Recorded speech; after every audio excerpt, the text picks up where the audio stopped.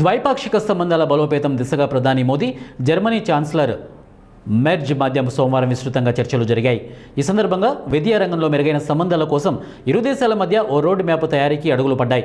ఛాన్సలర్గా బాధ్యతలు చేపట్టిన తర్వాత మెర్జ్ తొలిసారిగా ఆసియా పర్యటనకు వచ్చారు. ఈ పర్యటనలో భాగంగా ఆయన మొదటగా భారత్లో 2 రోజుల పాటు పలు కార్యక్రమాల్లో పాల్గొననున్నారు. సోమవారం గుజరాత్లోని అహ్మదాబాద్కు వచ్చిన ఆయనకు ప్రధాని మోదీ స్వాగతం పలికారు. ఇక మెర్జ్తో భేటీ అనంతరం సంయుక్త మీడియా సమావేశంలో మోదీ మాట్లాడారు. జర్మనీ మేథో రాజకీయ స్వరూపాన్ని తీర్చిదిద్దడంలో భారతీయ మేధావులు స్వతంత్ర సమరయోధుల పాత్రను ఈ సందర్భంగా ప్రధాని గుర్తు చేశారు. ఠాగూర్ సాహిత్యం, వివేకానంద తాత్వికం నుంచి జర్మనీలో మేడం కామా తొలి భారత జాతీయ జెండాను ఎగురవేయడం వరకు ప్రస్తావించారు. ఆ చారిత్రక బంధం నేడు భవిష్యత్తు భాగస్వామ్యానికి పునాదిగా నిలుస్తోందని చెప్పారు. భారత్ జర్మనీ ద్వైపాక్షిక వాణిజ్యం గతంలో ఎప్పుడూ లేనంత ఉచ్చస్థితికి చేరుకుందని, $50 బిలియన్ మార్కును దాటిందని పేర్కొన్నారు.